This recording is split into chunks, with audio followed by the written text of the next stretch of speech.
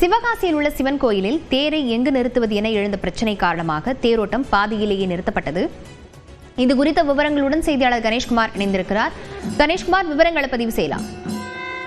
லாவண்யா, சிவகாசியில் உள்ள பழமை வாய்ந்த சிவன் கோவிலில் வைகாசி பிரமோற்சவ விழா என்பது கடந்த மே 27ஆம் தேதி முதல் துவங்கி நடைபெற்று வருகிறது.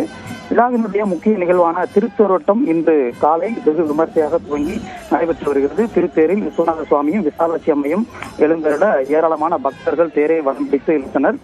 4 ரத வீதியையும் சென்று அந்த தேரோட்டம் அந்த நிலையத்தை வந்தடைவதற்கு சற்று முன்னதாக தேரோட்டம் வந்து திடீரென நிறுத்தி வைக்கப்பட்டது. குறிப்பாக கடந்த பல ஆண்டுகளாக தேர் கோவிலின் வடக்கு வாசல் பகுதியில் பாதுகாப்பாக நிறுத்தி வைக்கப்பட்டிருந்தது.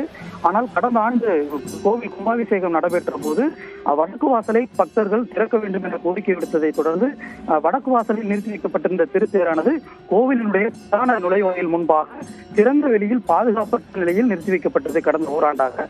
இதன் காரணமாக திருத்தேரானது கடமையடைந்து பாலடைந்த நிலையில் உருவாகி வருவதாக பக்தர்கள் குற்றம் சாட்டி முன்வைத்தனர். குறிப்பாக அந்த திறந்த மழை வெயிலில் தேர் நனைவதால் அந்த தேரானது அதனுடைய பொலிவை இழந்து வருவதாகவும் தெரிவித்து வந்ததை அடுத்து இந்த தேரோட்டத்தை தொடர்ந்து மீண்டும் வடக்கு வாசலிலே இந்த தேரினை பாதுகாப்பான நிலையில் நிறுத்தி வைப்பதற்காக கோவில் நிர்வாகம் முடிவெடுத்திருந்தது.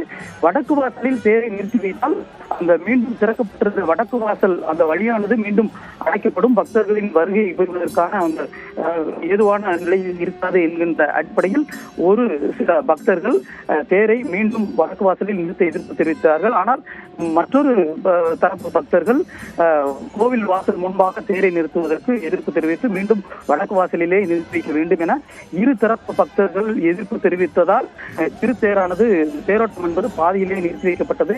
இதனைத் தொடர்ந்து இந்த அறநிலையத்துறை அதிகாரிகள் மற்றும் காவல்துறையினர் இரு தரப்பு பக்தர்களையும் பேச்சுவார்த்தை நடத்தி தற்போது அந்த மீண்டும் கோவில் நுழைவாயில் முன்பாகவே, அதாவது வடக்கு வாசல் வழியை அடைக்காதவாறு மீண்டும் கோவில் நுழைவாயில் முன்பாகவே தேரினை நிறுத்துவதாக உறுதியளித்ததை தொடர்ந்து மீண்டும் திருத்தேரானது அந்த நிலையத்திற்கு தற்போது வந்தடைந்திருக்கிறது. இந்த சம்பவத்தின் காரணமாக சிவகாசியில் ஒரு பரபரப்பான சூழல் நிலவி இருக்கிறது. லாவண்யா, விவரங்களுக்கு நன்றி கணேஷ்குமார்.